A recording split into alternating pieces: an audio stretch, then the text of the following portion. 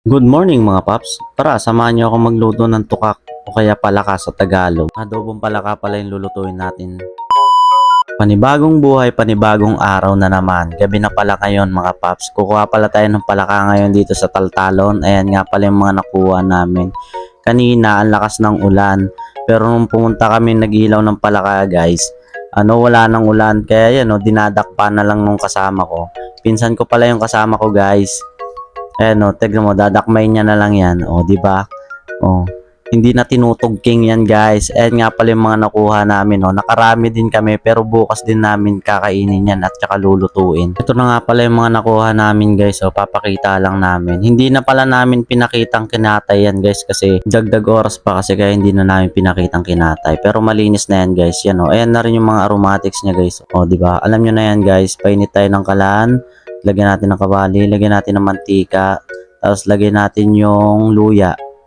Tapos sunod na rin natin yung bawang, tapos sunod na rin natin yung sibuyas. Tapos halu-haluin lang, tapos isunod na rin natin yung sili diyan, guys.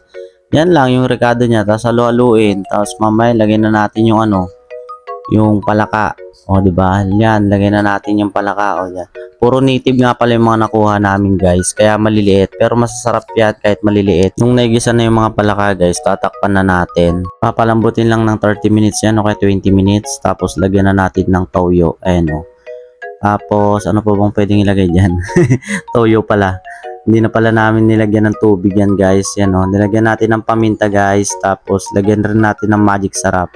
Baka naman magic sarap. Tapos yan, haluin lang, di ba nagmamantika na? Di ba? Naimasan guys. Tapos ano pa lalagyan natin diyan? Lalagyan natin ng suka. Ayan dato. Dato na suka. Konti lang. Yan na guys, malapit na maluto diyan guys. Pero okay na yan, panalong-panalo na yan. Marami ng kanin na matutumbayan guys. Tapos yun, nagready na rin kami, naglagay na rin kami ng kanin sa may saging guys. Kasi magpo-food trip kami dito sa bahay. Ang mga kasama ko palang kakain dyan guys, yung mga kasama ko rin mga bata kagabi, yung mga pinsan ko. Di ba? Nagimas. Di ba? Kain ka muna kami dito guys sa bahay. Mga paps, comment nga kayo sa akin kung ano bang pwede pang luto sa palaka. Kasi ang alam ko lang luto dito, adobo na pamagay, tsaka tinola na palaka. Pero yung iba siguro hindi ko alam kung ano pang pwedeng iluto. Pwede rin sigurong gataan yan guys, pero hindi ko pa nasubukan Maraming salamat sa panonood nyo guys. At saka follow nyo naman yung page ko sa YouTube tsaka sa Facebook. Salamat sa panonood.